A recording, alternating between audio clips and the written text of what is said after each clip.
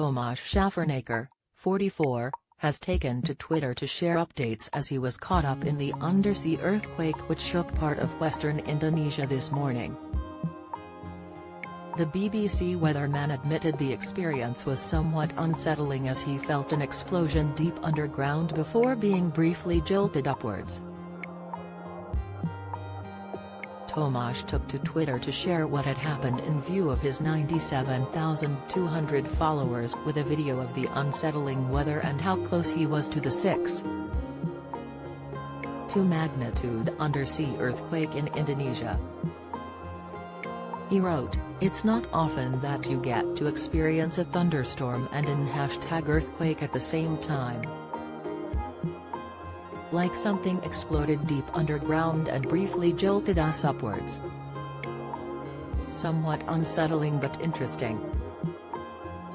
Restaurant staff were even startled for a second.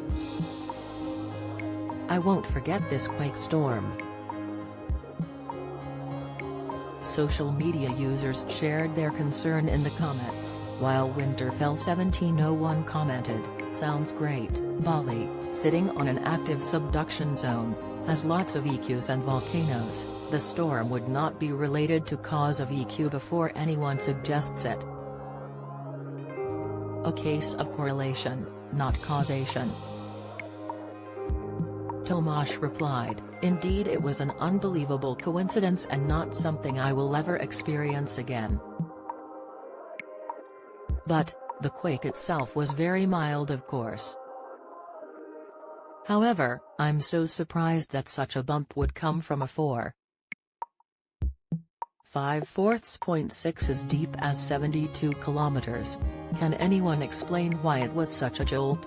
The magnitude 6.2 earthquake was centered 40 kilometers, 25 miles, southeast of Singkil, a coastal district in Aceh province at a depth of 37 kilometers, 23 miles, the U.S.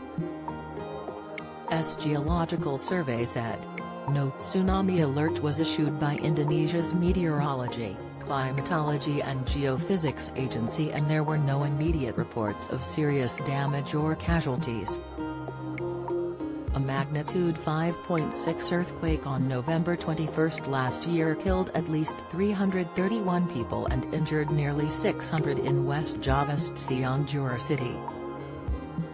It was the deadliest in Indonesia since a 2018 earthquake and tsunami in Sulawesi killed about 4,340 people.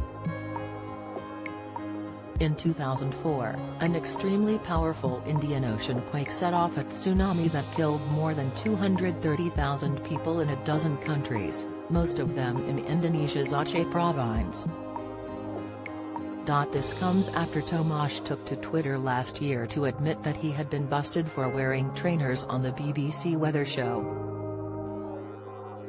As some viewers grumbled about an alleged lack of professionalism, Tomasz dismissively declared that anyone complaining over footwear was a bore, and cheekily advised them to buy the same pair for £45.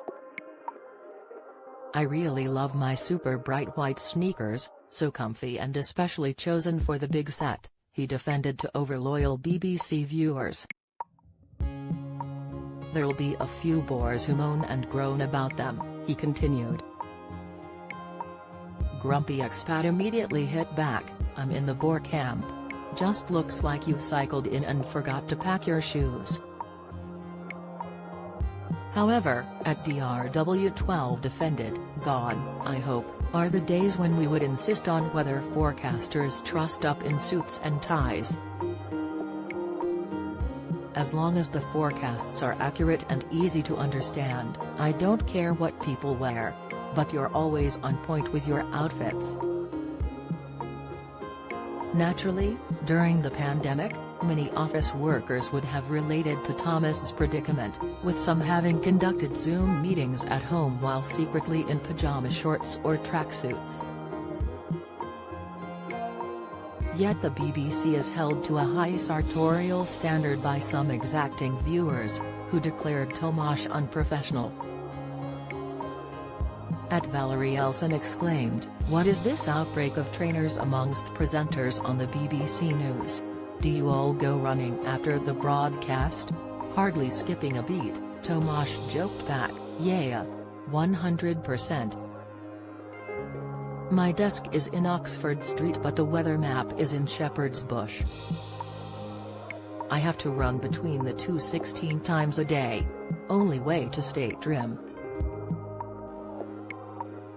Kay Burley of Sky News also appeared on air in Trainers earlier in the year, although in her case, she clarified it was due to breaking her foot.